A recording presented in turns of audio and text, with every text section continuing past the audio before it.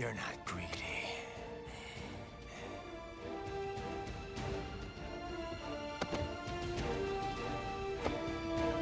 Hello, human beings. Welcome to One Piece Chapter 1075 Labor Stead. The Death Game. The Death Game. So, everything's going a bit too smoothly right now. It seems like the Straw Hats are going to be able to get out of here relatively fast, so of course, everything goes downhill from here. Now, cover story, once again continuing Mad's explanation. Bro, this is insane. Germa's Cold-Blooded Voyage, Volume 31. 31. Okay. This cover story has been going on for 31 chapters. That is... like, on one hand, it makes sense because you need that, obviously, in order to, like, build up Mads and all that, but holy crap, it's been a long time. Anywho, obviously, explosion that happened last time. Something takes out the cameras. As it turns out, it's the pacifistas. Now, the pacifistas are going AWOL because one of the Vegapunks is a traitor and decided to steal from, or not steal, but is planning to kill everyone. So obviously that gives a very interesting dynamic. A lot of people are speculating who it is. It's hard to say because, like, there's no real indication that it's anyone in particular. So you're just kind of left wondering, like, how? You know?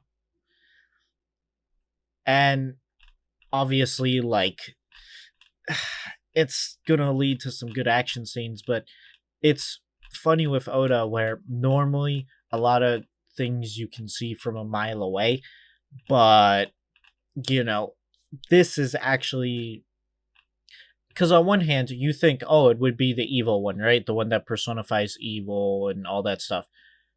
But at the same time, it might be the other one that says logic, or it might be the cold-hearted one. It's obviously not number one, because, he's in the control room freaking out, and he's, like, losing his mind, unless he was acting. But then again, it's kind of weird. Like, it's sort of like the present Mike situation, where you wouldn't point out there's a traitor to take suspicion off of you being a traitor, Like, that's not a good plan. Sort of like, don't point out the problem unless you have to.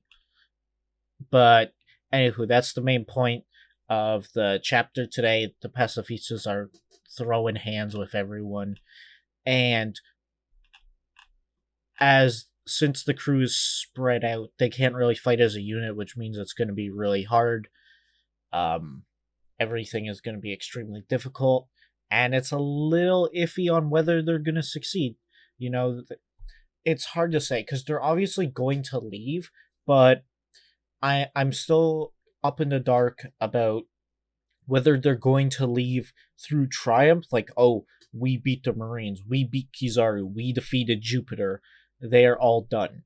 Or is it going to be more like, shoot, we can't win?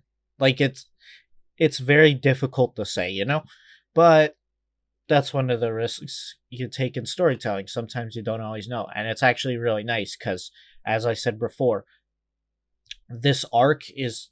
I personally have not liked this arc as much as Wano, but that's just a personal thing. But since we're getting better and better chapters, because originally it started off really strong, and then this island hit, and then I was like, man, I kind of wish we were doing the other stuff right now. But with build up like this, mystery, and it's going in a direction that I didn't really like. I kind of predicted that someone's going to betray someone else, but A, there's betrayal on both sides, and we'll get to that later. And B, I can't really tell who it is, which is kind of nice. So, yeah, it's definitely stepping up. Because normally I find with One Piece arcs, when you first get there, there's just magic to the island and everything as you slowly go on. And that definitely happened here, like towards the very beginning of the arc, but then it just slowly started to fade away. Well, not even slowly. It honestly, like, by the fifth chapter we were on this island, I was like, hmm, damn. Although, I don't, it's obviously just personal tastes, you know? But anywho, everything has gone to crap. As I said before, the Seraphim are attacking, but the Seraphim are spread out and attacking everyone. So then, and they make it to the main facility, and it becomes S Hawk and S Bear, so Mihawk and the Kuma clone, versus Luffy and Zoro. But Luffy and Zoro have to defend Lucci and Kaku. But they have this great idea. What if we team up? It's not Luffy who says this. It's Kaku and Lucci. They're like, "Hey, yo, we don't want to die." And they're trying to get rid of us. So, team up. And you just see the end of the chapter, and it's just Luffy and Zoro's face. Yeah. I'm pretty happy with this. So yeah, it's good. I'm wondering where it's gonna go. Thankfully, we don't have a break next week, so we'll be able to see the entire thing. Everything's gonna be good. It's gonna be nice. It's gonna be some good storytelling.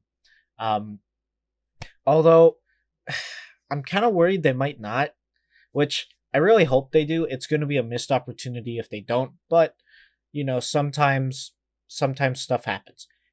But not much you can do, right?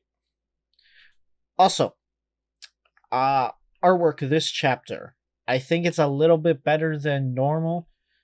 I know that's a weird thing for me to say because One Piece should always be the same level of quality, but there's no moment in this chapter where I'm like, that looks kind of bad, or that looks a little iffy.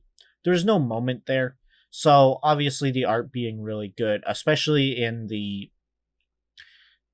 areas where it needed to be, like with detailed facial expressions and stuff like that. So yeah, with all that being said, it's a solid chapter. I'm gonna give it an 8.5 out of 10. Yeah, that's right. It's very good. 85%. Remember, if it's above a 50, it's technically a pass. So have a good day, folks. And just remember, I will be back next week, so stay tuned.